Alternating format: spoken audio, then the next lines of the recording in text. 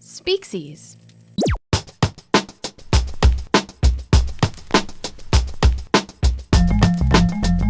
Hello and welcome to episode 147 of Origin of Speakcies.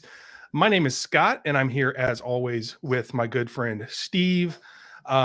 We have a fun show today. Very excited about the topics today. We do have an announcement to make to start with, which is we have 4 more episodes, including this one, of season 5 of Origin of Speakcies. And it is going to be the end of Origin of Speakcies at the end of this season. So this is something that Steve and I have decided together to call it a day. We both have other projects and things, that creative outlets that we want to work on, and we'll talk about that more probably over the last couple of episodes. I do want to say I'm very proud of this show, very thankful for the people who have supported us and listened and watched, and we're going to end strong. So again, I'll miss doing it, but I do feel like the time is right. Steve, anything you want to say? Yeah, well, this is definitely a conscious uncoupling. So no acrimony, and also something we've been planning for a few months here. So to be clear, our kale episode had nothing to do with this. Right. Or did it? If we were going to break up the show over kale, it would have happened like 3 seasons ago. Yeah, so we're good. Kale, that I have come to accept the kale portion of the program and enjoy it as well myself. I also think the kale episode did pretty well. I mean, people hate kale, so it was a good. I'm glad that you were able to spread that. But no, I think we talked about it a while back, and in this season, and sort of realized. I mean, for one thing, I will say this: I kind of let this slip a couple episodes ago, where I said, "Oh, there's only so many words and phrases." I mean, we could go on, but we've done 100. This will be 150 episodes. Most of them, I'd say, we average 2.5 words or phrases per episode. Mm-hmm. Yeah, I mean, because we started off doing, I think, 2, then we did 3 for a long time, and then it's pretty much been 3. So we've done a lot.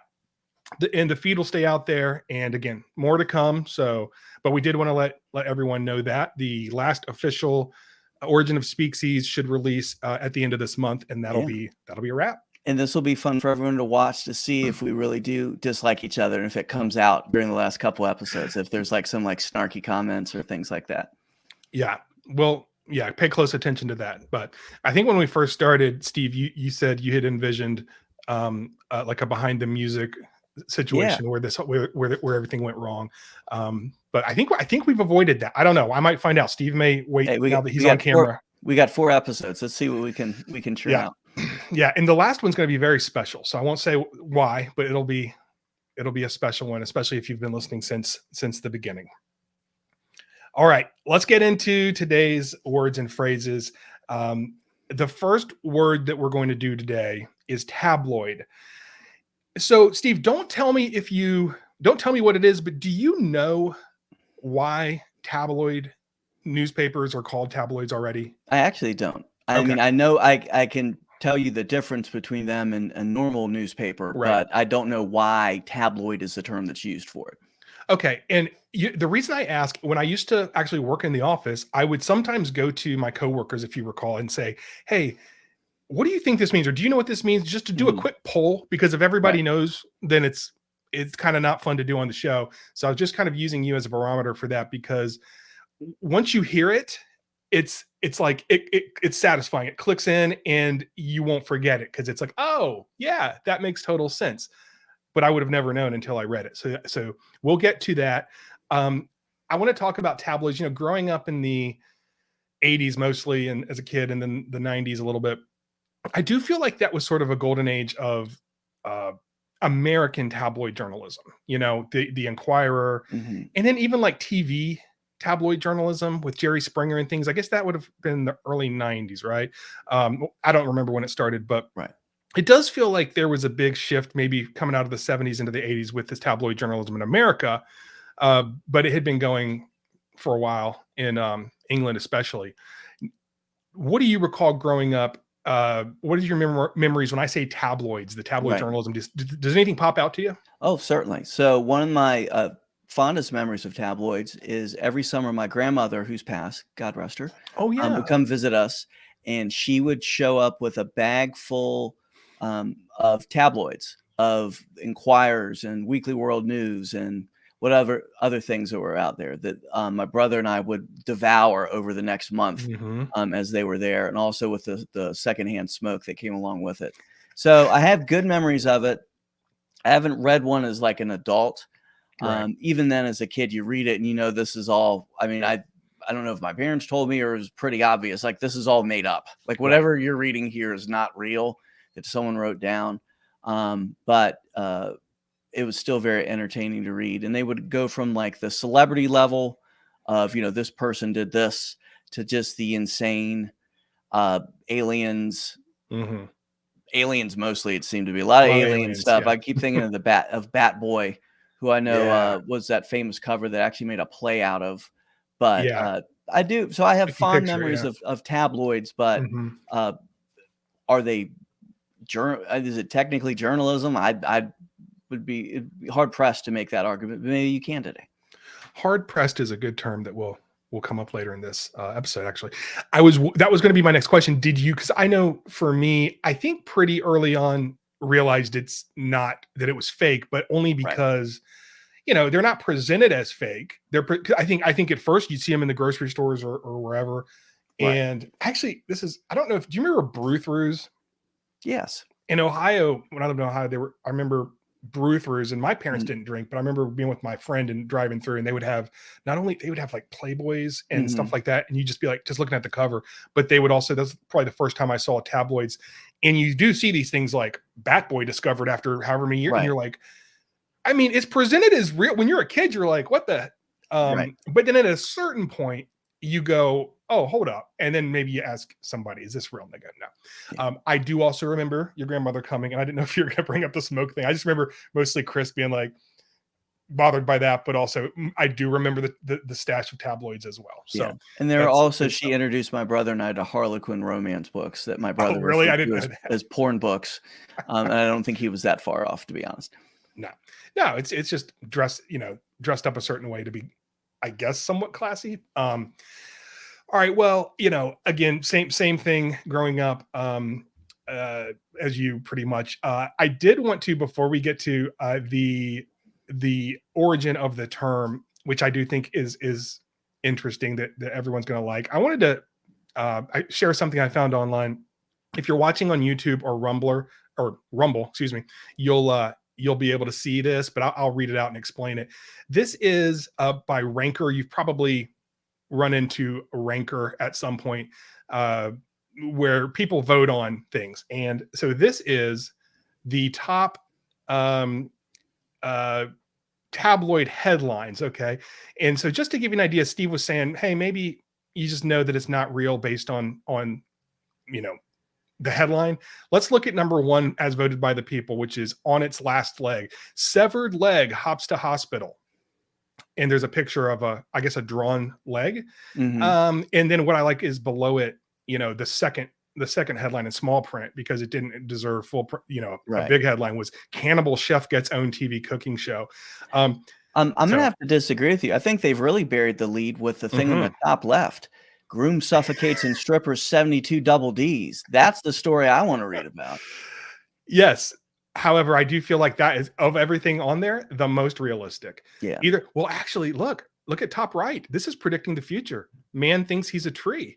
Well, he identifies as a tree. Good job, Weekly World News. So Weekly World News. Number 2 is Titanic survivors found on board, with a picture of some people that look like people from the 80s. So I don't know. They could have done a little bit better there. Right. This is a good one. Number 3, Saddam and Osama adopt shaved ape baby. They also found hair from God's beard. Coincidence? Maybe, maybe not. Yeah, and also, like, I don't know. I wouldn't buy this, but there are other ones I would buy. Now, speaking of, this is one of my favorite. It's number 4. Alien Bible found. So first of all, that's good in itself for a couple reasons. One, I'm into anything Bible, like whenever there's like the Bible code or secrets of the Bible, but then also alien, but then the coup de grace.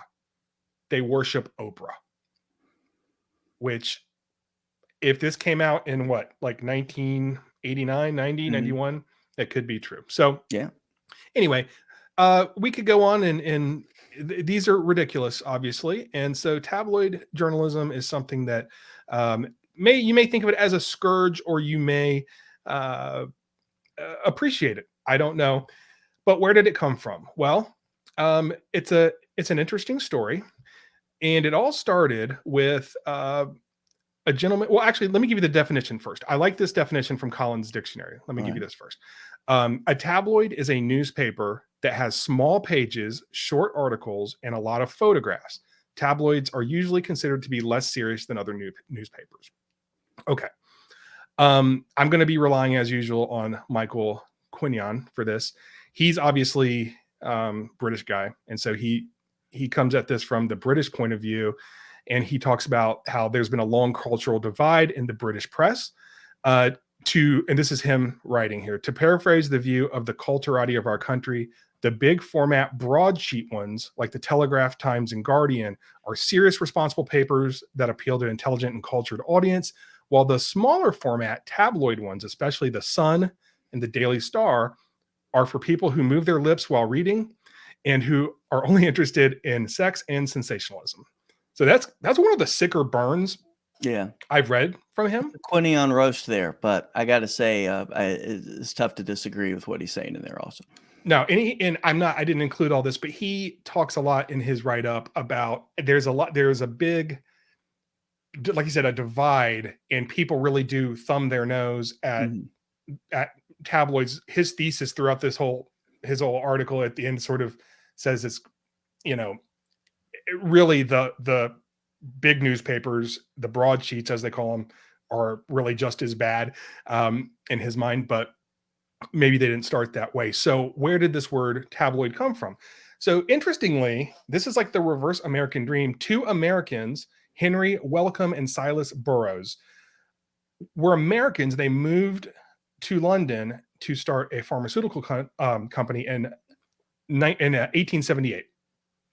So they made pills sort of like we know them now, highly compressed. So when you said hard pressed, that's why I was talking about that. But they made pills like we know them now, but they didn't have a word for these types of pills yet. They couldn't use tablet, which was a word that had been around since I think like the 16th century, which meant tablet means little table. So table, and then tablet meaning small table. But a tablet had been used for hundreds of years to mean any kind of solid, dry medicine made up in small, flat rectangles. So Wellcome and Burroughs are like, we got to get a better word for this, because these aren't tablets. If we advertise them as tablets, people aren't going to get that these are little compressed pills. So they Wellcome actually created the word tabloid, taking tablet plus the Greek suffix oid, which meant having the form or likeness of. So there it is, tablet, tabloid. So this looks like a tablet, but it's smaller. It's little, yellow, different. Gosh, what was that? Bear? Nuprin.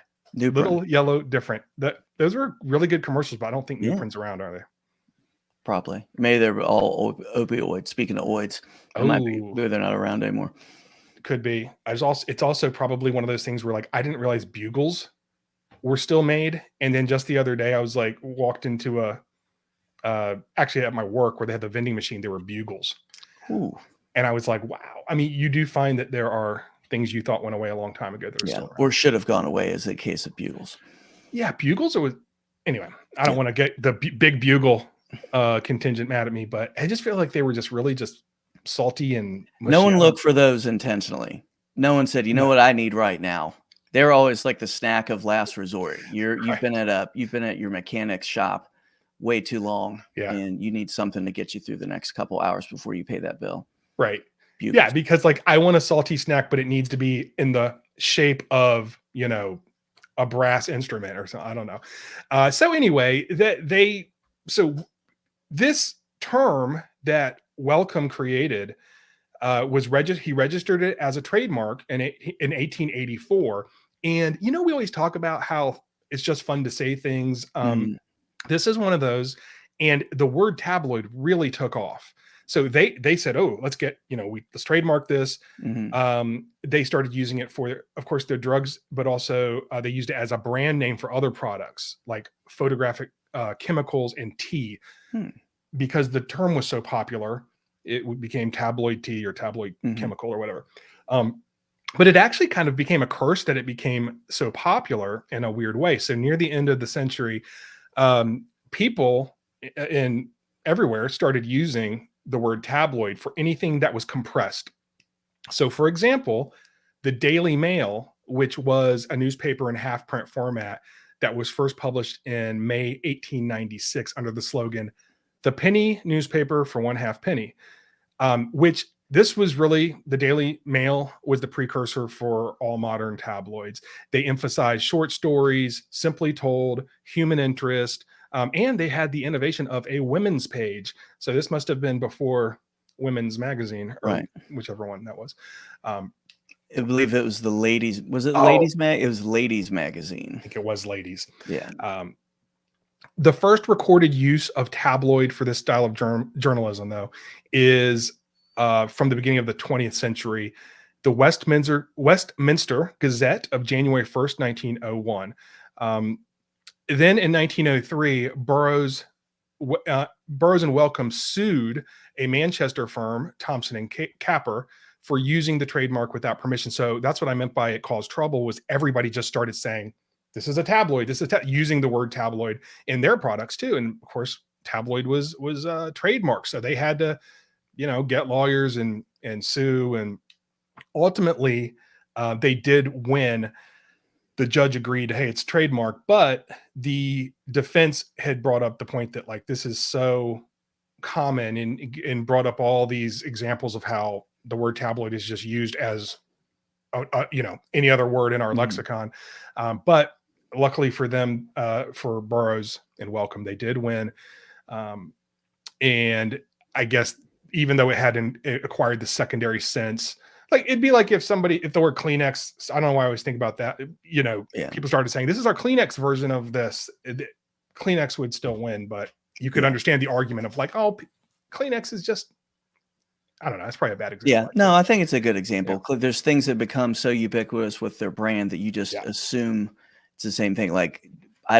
If I need gelatin, I say I need some Jello. I don't, point out what brand it is specifically. Right. And I should have done more research. I'm not sure whether or not I have to think. Yeah, there's no way that trademark still stands. That was 130 years ago. Yeah. And it really is part of the language now. Okay, so just to wrap this up. So I found it satisfying. Tabloid, I'll never forget that. It's tablet. It's tablet-like, and meaning compressed. So I didn't want to go into the whole history of tabloid magazines because I don't know. It is what it is. I think that there is one interesting piece that I will share before moving on, which is that in 1900. Okay, so these guys, the word tabloid came out in whatever it was, 1894, 98.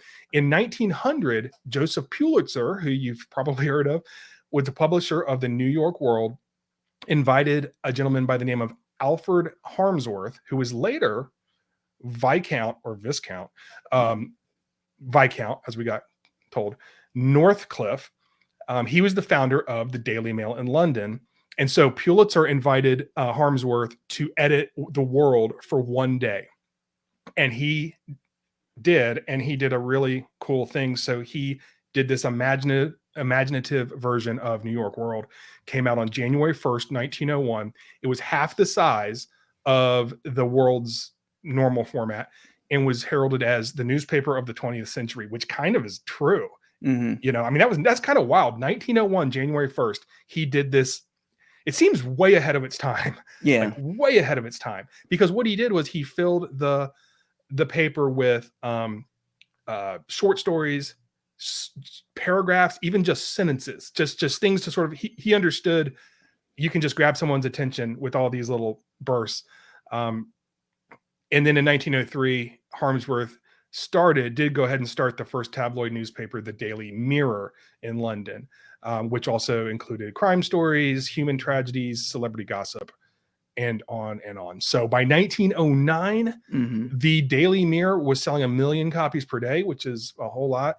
And the British tabloids, the Daily Sketch and Daily Graphic, were also now using Harmsworth's concept. So from there on, you can see how it spreads up until the point where we're looking at, Princess Diana is still alive with Michael Jackson somewhere. Yeah. So there it is. So Steve, before we move on, I believe you have something for us today. Yeah. Well, I've been inspired by you to do an Origin of Eatcies segment. But before I can get into that, and Scott, you and I try our best to not be political on this show. True. And keep it out. But I feel like I have to make an exception. And with all the stuff going on with Roe v. Wade, I think it's going on with Roe v. Wade. It's time for us to just be serious and to say something. Okay. Sorry. And I think it's very important right now for everyone who's listening to the show to go to speaksies.com/store and buy your all-purpose virtue signaling shirt. Now more than ever, you need a shirt that says that you stand with or against whatever it is this week. And this is very important right now. There's a lot of things going on that you need to stand for or against. And I think this is the time for everyone to buy a shirt. Speaking of people trying to make money on things like tabloids and tragedies and divisiveness in the country. Good job. Yeah. No, actually, no, but you're right. It really is a good shirt, and really everyone should have one. Yeah. It should go viral because it's all you need. Yeah. And it's things are always changing what we're angered about. And this keeps you covered. It's also in the eye of the beholder because there's always going to be some issue going on. We've learned that. I mean, maybe not 100 years ago, people wouldn't know what you're talking about, but now whoever sees you wearing that shirt, in their head, they're thinking of whatever the issue is, and they're going to assume that you agree with them. So it's a way to start on the right foot with people. Yeah. As well. And now, Origin of Eatcies. Bacon? No, I want my bacon. I gotta tell you something. Bacon is good for me. So, Scott, I want to thank you for pioneering the Origin of Eatcies segment. I think it's a good way to kind of keep with our theme of the origins of words and phrases, but also keep us on something a little bit different, a little bit more specific. And, after you had made your statement about how we wanted to get it, we realized all the new slang goes back to TikTok and hip hop. I went into one that was actually TikTok inspired and was going to do.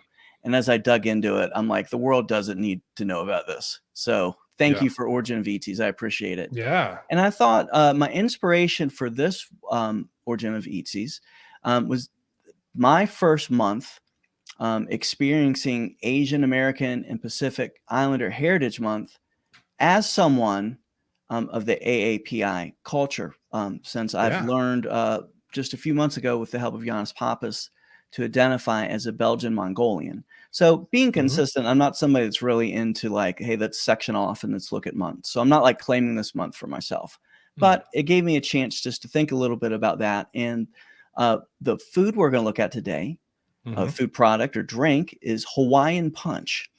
Ah, yes. Okay. Hawaiian Punch. So by the way, before we get into Hawaiian Punch, just a little background on Asian American and Pacific Islander Heritage Month. Annual celebration that recognizes historical and cultural contributions of individuals and groups of Asian and Pacific Islander descent. This term includes all the cultures from the entire Asian continent, including East, Southeast, and South Asia, and the Pacific islands of Melanesia, Micronesia, and Polynesia. Cool. So I think Love all the Asians. I like spreading a wide umbrella. And I think finding something that includes people from Pakistan and Hawaii is pretty much the definition of that. Yeah, I was going to say, I feel like because there are so many people being honored or recognized or whatever these months mean, you'd hear more about it, but I feel like we don't hear as much about it as some other months. I never really heard about it until last year Last year was the first time. Were you aware of it last year? That was the first time I had. I think aware of this month. I think was it around, because what is it? So it's May. So It's May. were we not to make light of it, but were we stopping Asian hate at that point? We were. Okay, I think that's why I heard of it. Yeah, that's why I heard of it too, because there was an outbreak of white supremacy that somehow statistically had Black people attacking Asian people. Right. Which I'm kind of mixed on. I mean, I don't want to see anyone get attacked, but if like white supremacy is now being incorporated by Black people, hashtag diversity, is that a good thing? Probably not, but always try to look for the glass half full. Well, also you have you're Asian, you're white. You, as far as I know, you don't have any African American in you, but you grew up on the mean streets of Virginia Beach. So we grew up with a lot of African Americans or Blacks, whatever they want to be called. And you didn't say capital B, but I forgive you for that because it's AAPI month and I'm feeling extra tolerant. So speaking of tolerance, let's talk about Hawaiian Punch. So Hawaiian Punch originated in around 1934. And by the way, my resources for this are Wikipedia and an article, The Untold Truth of Hawaiian Punch on mash.com.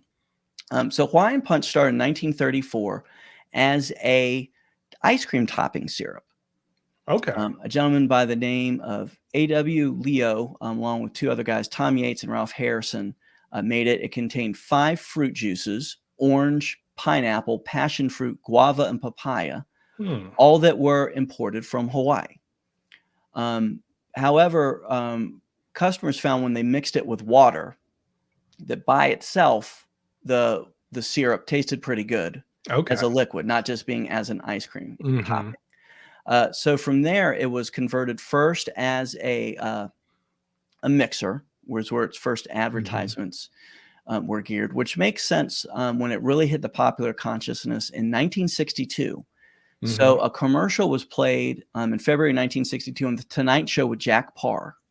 And the Jack Parr enjoyed the commercial so much that he had him play it again.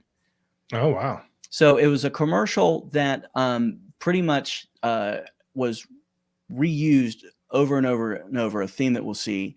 And Scott, if you could share that video of the commercial from this is the 1975 version, and you'll see why maybe it was so popular. Let's do it. Fruit juicy. Hey, how about a nice Hawaiian Punch? Sure.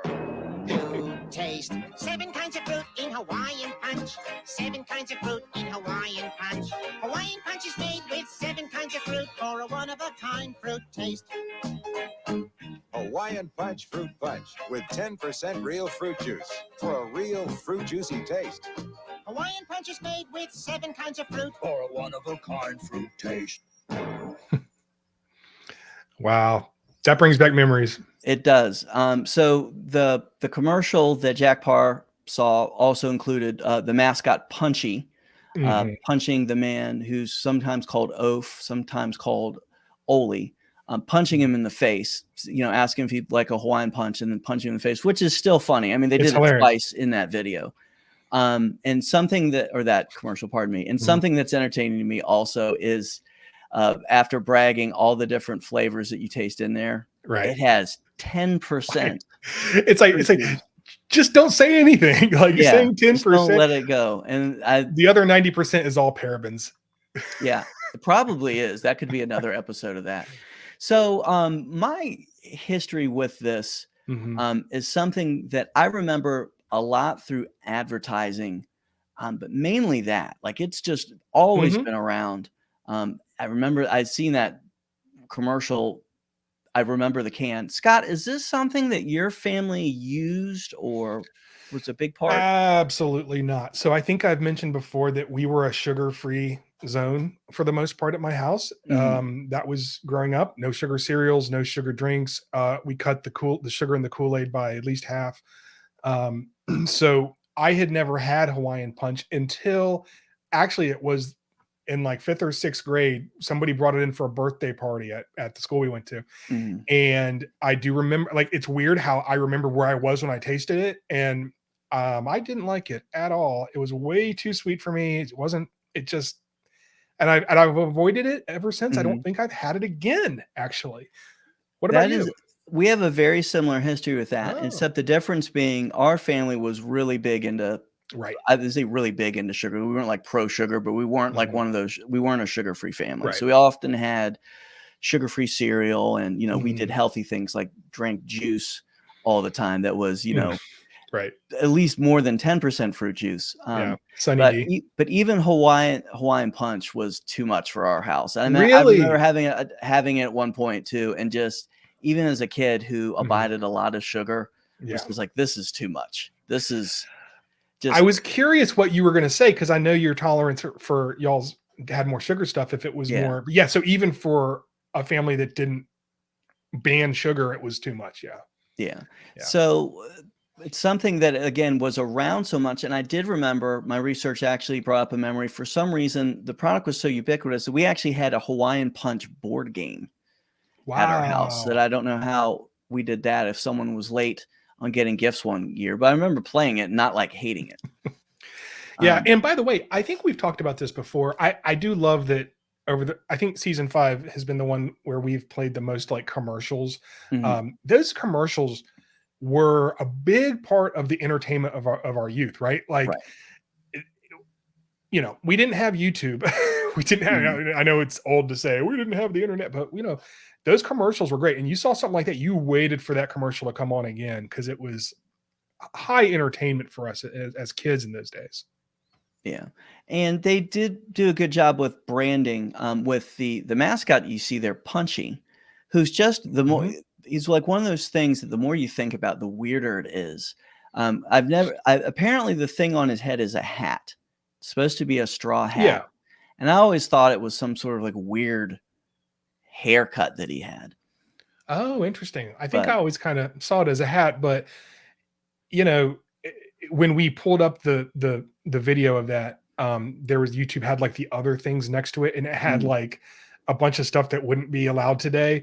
Um, and I am going to go down the rabbit hole after this and watch all those because those commercials were really entertaining.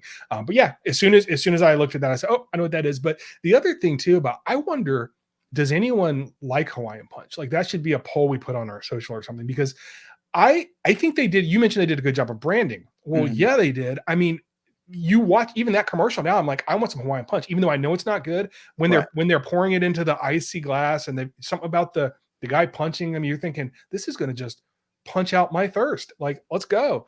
But 10% juice. I mean, it can't be that good. Yeah. Well, even then, like, and I think that was at the time too that it was had to be looked at as like not even then. I don't know. Maybe 10% was great. Maybe like, oh my gosh, I can't believe they've got that much juice into a drink. Well, also there I'm wasn't not- the competition back then, right? Like I'm trying to think. I mean, I guess like Gatorade is a different thing, but that was after like I guess Kool-Aid was probably around, right? Yeah. So that was probably the main competition, and that you didn't have to be that good, is my point back then. Yeah. Well, they're still around and the brand lasts, Yep. and it's currently owned by a very oddly named corporation, the Keurig Dr. Pepper Corporation. Oh, really? Yes. That's interesting. Whose other brand holdings include Dr. Pepper, obviously, IBC Root Beer, Diet Right, Schweppes, and RC Cola. The Pabst Blue Ribbon of sodas. So you had mentioned, are they still popular? And I think that there's been some decline in market, but like with a lot of things, they've kind of spread from just a few options to untold number. So when it started, in quoting from Wikipedia, the original can flavors were called Rosy Red, later renamed Fruit Juicy, and Sunshine Yellow. A few years later, orange and grape were added. In 1975, when that commercial was aired, some of the other flavors added were Great Grape, Very Berry, and Fruit Punch Low Sugar, which I'd love to see what low sugar equaled back then. So from there, things have gone crazy. And here are some flavors from 2020 and beyond. So these are just the last couple of years. Oh, wow. Okay. And I'm not going to read all of them. Berry Blue Typhoon Juice. Berry Bonkers Juice. Green Berry Rush. What? Green A greenberry rush. Rush. Okay. Mango monsoon. Uh-huh. Punch polar. And whitewater wave. Yeah. Okay. So first of all, these could all be names of deodorants that I buy accidentally when I think it's the normal deodorant. Mm-hmm. We've talked about that. Yeah, Also, there's a Venn diagram with Old Spice scents that probably overlaps 100% with this. there must be some market studies that say if you put the word rush or extreme into anything, it's going to get bought. Mm-hmm. And now as a dad of kids, I don't know what other kinds of dad there are, but yeah. I will say, I don't know when it happened. I mean, I think it was probably like early 2000s, but like all of a sudden everything started coming in blue raspberry or blue blast or whatever. Or like you said, there's like glacier or something. Yeah. Like white. Like I will never drink a white Gatorade. I mean, or anything. It's like, what's going on? Why blue and white? Just get the red stuff or the yellow stuff. I don't know.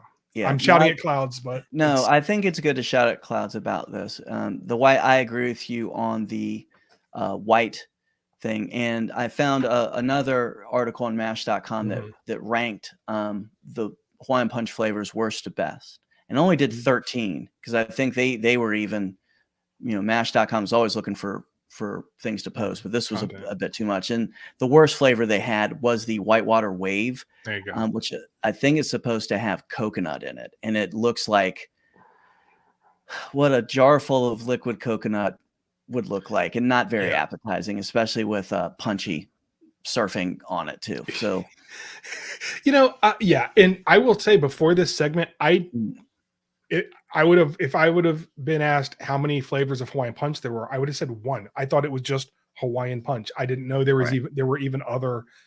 And it makes me wonder, are they just putting these out as novelty? Like, do people collect these like they collect weird baseball cards or weird, do people actually drink? Somebody goes to the store and is like, I want Whitewater Canyon Wave Hawaiian Punch. I think they're just trying to get in the news. They probably only make like a dozen of these, but that's my theory. But now I'm going to get to the most important topic that we should look at with Hawaiian Punch, and frankly, what we should look at with everything, and is that should Hawaiian Punch be canceled? Punchy, Hawaiian Punch represents Hawaii. It's violence. People should be offended because we're offended by everything. And I did some research, and I'm actually disappointed to say I really didn't find anything calling for Punchy to be canceled.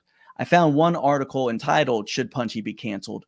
For the Honolulu Civil Beat from 2021. And I was like, finally, here's something I can feel good about to see somebody wanting this canceled.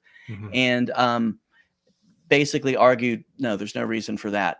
And focused on some other stuff about Hawaii that was being looked at. So I actually, for the first time in my life, I actually kind of want to see a campaign to see Punchy get canceled, that it'd be labeled as problematic, that it's some sort of racism or something. And I think maybe this is a month to do it. So keep an eye out there. If things get slow, there is a chance in my spare time I'm going to work to get Hawaiian Punch canceled, just so I don't feel left out. And also, too, it probably wouldn't be the worst thing if someone got rid of Hawaiian Punch. Wow. I thought I was anti-cancel culture until now. Yeah. Hashtag cancel Punchy. Yeah. I'd retweet that. Just because the drink is bad. There's nothing offensive about Punchy. Yeah. Actually, but we'll always have the commercials. But yeah, yeah. If we could cancel Hawaiian Punch, I'd be okay with that. And that's our very positive, very inclusive AAPI's Origin of Eatcies. Bacon. No, I want my bacon. I gotta tell you something. Bacon is good for me. Thank you, Steve. That was yes, you're right. I'm sorry if it was too negative. But I should have gone along with it, but neither of us like Hawaiian Punch. So no, Hawaiian Punch is awful. Okay, good. All right. So speaking of people that you might want to punch, and as a follow-up to the tabloid term, we're going to do paparazzi. So I went back and forth of should I do paparazzi? It doesn't really matter. The definition from, I think I got this from Wikipedia, of paparazzi it comes from Italian, obviously. The singular masculine is paparazzo, or the feminine, which I did not know, paparazza, are independent photographers who take pictures of high-profile people such as actors, musicians, athletes, politicians, and other celebrities, typically while subjects go about their usual life routines, which is kind of what makes them punchable. Paparazzi tend to make a living by selling their photographs to media outlets that focus on tabloid journalism, so it ties in with our tabloids, and sensationalism, such as gossip magazines. The term is first used in the US, in writing anyway, in a magazine article in April of 1961. But before I go there, I don't know whether it's fair or not, but I think of paparazzi as sort of kind of the lowest of the low type of people. And, there is that thing of, well, you're a celebrity, you make a ton of money. This is what goes along with the life. I don't know. Where do you, I think there was a time, I'll answer it first and then ask you, where I would have said I would trade in I would be famous if it came with all of that attention and everything. I don't think that now. I think that like, if you said you can be famous and rich, but you're going to be hounded by paparazzi and people like this, and you can never go out to dinner or anything. I don't think I would make that trade now. So what about you? I agree with that. Now I look forward to the chance to have that problem in discussions. Like, do I want, untold wealth and adulation at the cost of that? But I'd agree with you. It seems unreasonable. I went through the same mental journey you did too, of like, well, if you don't like it, don't be be a movie star. But as you mentioned, also the paparazzi is kind of like a low feeding sort of thing. It's people taking pictures of people who are famous only for being shown on a screen. And then people are kind of reading that and digesting it. It's like a really weird ecosystem of just stupidity that seems to feed off each other, vapidness and, energy that could be expended on other things. And I say this as somebody who's going to get back on, after we do this, get back on YouTube and go down a rabbit hole of Hawaiian Punch commercials. Yeah, well, that's wholesome though. I mean, you're right. I hadn't thought about it in that way. The cycle of it, which is, okay, this person is really popular because they are a pop star, they're an actor or whatever. And then I don't know if it's a bit of, what's that word? When you, I can't think of it, but when you like seeing something bad happen to other people, that thing, it'll pop into my head in a second. But it is sort of like shade fraud. What is it? Shade and fraud. That's it. This is a show about words and phrases. Schadenfreude. I'm not looking it up and I'm not cutting this. Yeah, I think you got the letters. Google it. It's something like that. Anyway, there is something where it's like, oh yeah, I was, of course I think about Britney Spears and it's like, oh, Britney Spears, big star, big thing. Oh, but look, oh gosh, she's losing it. And then it makes you feel better about yourself. Yeah. I think that's all part of what's happening here. So not necessarily great. I do think it's different though, if you're like, if it's the Rat Pack going to their normal spot and people are taking pictures, I think that's cool. I think that's fine. If you're going to the Viper Room or something and you're Johnny Depp or whatever, pictures taken. But if you're like going to the Piggly Wiggly, and you're Britney Spears, that's not cool. Okay. Yeah. So Time Magazine article in 1961 is the first time this kind of gets called out. And they in a clip from that, they say that paparazzi are a ravenous wolf pack of freelance photographers who stalk big names for a living and fire with flash guns at point blank range. The paparazzi are a small crew, a couple of dozen at most, and they are more bully boys than news photographers. The lounge beneath lampposts, lips leaking cigarettes, cameras drawn like automatics. So they get a little poetic there in their description of paparazzi in 1961. Where'd the word come from? Well, that's what we're all here for. It started with an Italian photographer by the name of Tazio Secchiaroli in the 50s. And I'll probably just call him Secchi or Sec going forward, because that was that takes a lot of, I couldn't even say Schadenfreude earlier. I think you got it now. I think I got it, but I think I was calling it Fraudenscheid. So kids, don't drink. I think my brain's starting to melt. So this guy, Secchiaroli, his beat was to cover what was going on in the bars and clubs of Via Veneto in Rome. So Via Veneto is sort of a historic road in Rome where back around this time, especially, it was becoming a hot spot for, you know, the highfalutin, you know, the rich people, the actors, people would come there. And so this guy and his colleagues would just try to take candid shots of these folks, because magazines at the time, you know, this is 1951. So we're now halfway through the century of the new era of tabloid journalism, which, as we had mentioned before, they need photos, and people were starting to get more and more. So these magazines were like, well, paying good money for candid or surprise shots. People wanted that look into folks. One night in 1958, Secchi became famous for a photo he took. Now, I looked everywhere for this. I don't know how it's not available, but this was a big deal in 1958. King Farouk of Egypt was in Rome and down at the Via Veneto area, and he was angry. He flipped over a table. So table flipping started. Well, we know table flipping started way back with Jesus too, but well before the Real Housewives. So he was enraged, flipping over a table in this picture. An actor by the name of Anthony Steele is reacting in shock. And then Swedish actress Anita Ekberg, which well worth a Google, by the way. I'd never heard of her. Trust me on this. But she's in the car in this photo. And again, I couldn't find it. So, but it became a sensation, this photo. So his name, Secchi, became famous because of this photo, which is pretty, not necessarily famous, but he became known as like a top photographer, and what they used to call, and they called them street photographers back then. And so as I describe this photo, it doesn't sound strange now in our times. We see photos of this. I mean, we have TV shows dedicated to table flips, right?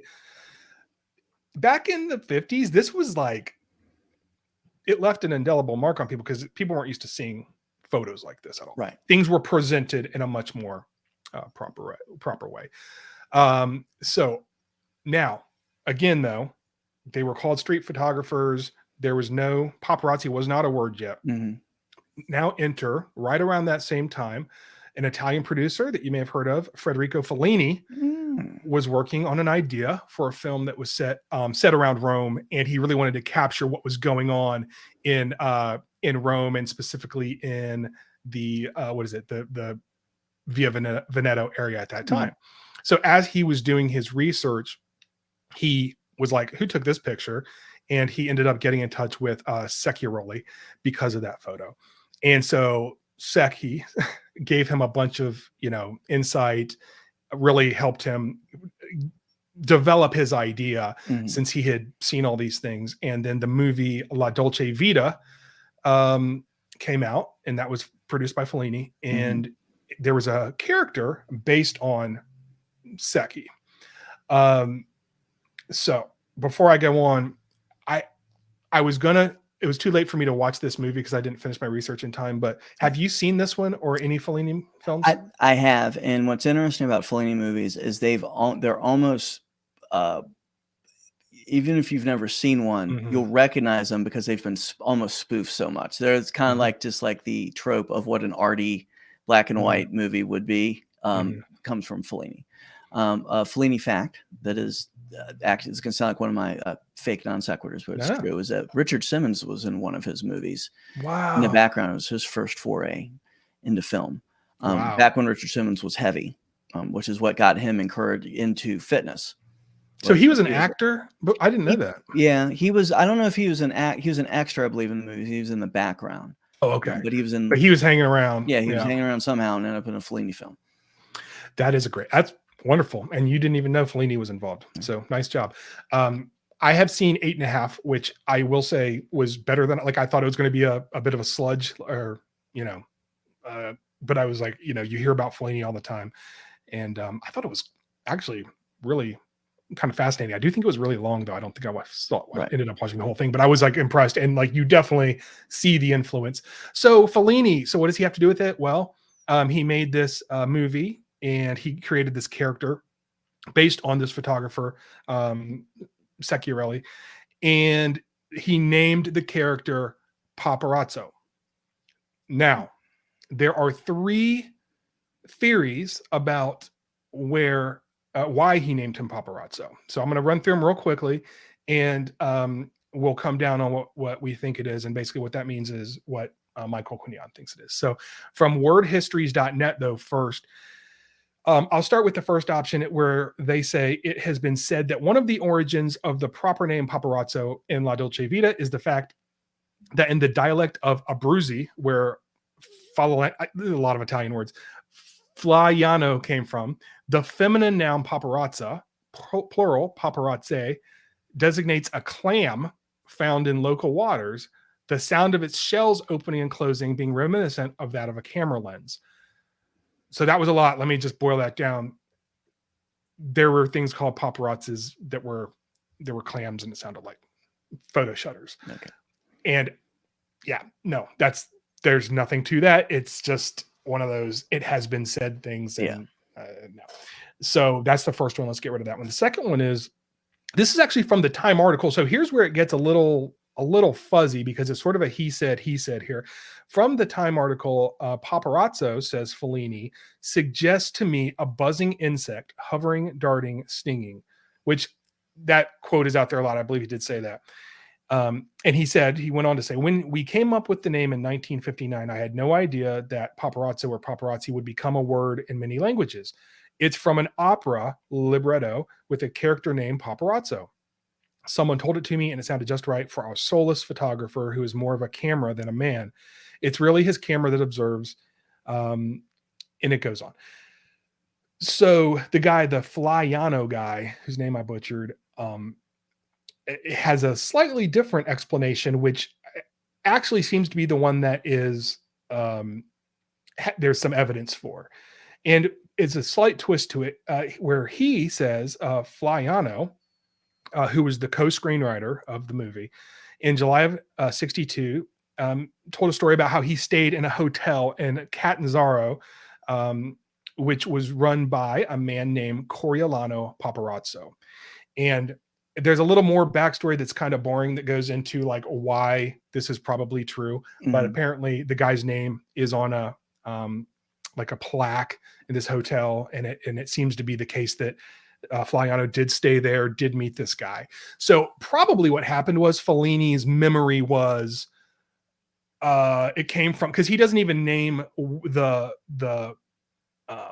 opera that it comes from, right? He's like, it's from some opera, so right. I think probably what happened, that's his memory. Not that he's making that up, but that really what happened was this guy stayed at this hotel and the proprietor's name was Paparazzo, and it just sounded cool. And he mentioned it to Fellini, and Fellini, being somebody that could pick up something like that, went, ooh, that's a good word.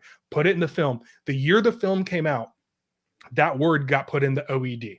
It was that, viral as a word, and it stuck, and we still use it today. And I think the kind of bittersweet part to this is that imagine being some hotelier in a little hotel in a little part of Italy, where, by the way, they mentioned too that in this part of Italy, they're like, the name Paparazzo was like, how you can say, like, if your last name was this, you're from this part of Italy. Yeah. Like, it was like a small region. Like, there were not that many paparazzi like that. Like there were a small, proud Italians that had a hotel. And now they're like, honestly, one of the most, one of the worst words that's out there is named after them. So again, going back to it, somewhat ironically, do you want to be famous? I don't know that they want to be famous for that. And I think that's maybe that the irony is, that guy is famous for such an awful thing. I think, no one has probably felt this bad since Albert Hemroyd died and realized what he was going to be known for when he passed away. That's a great way to end it. Steve, you want to take us home? I'll take us home. Thank you very much for listening to Origin of Speakses. If you like the show, please like, subscribe, and comment at YouTube and Rumble. Follow us on Apple Podcasts and leave us a positive review and a 5-star rating, and give us your money. We only have a few episodes left, but we still have lots of shirts to sell you, including brand new shirts about Mindy the dog, and as always, our all-purpose virtue signaling shirt. You can find all these at our TeePublic powered store at Speakses.com/store. That's Speakses.com/store. And remember, Bob's your uncle, and that's what I'm talking about. Watch out for bears and kale is from the devil.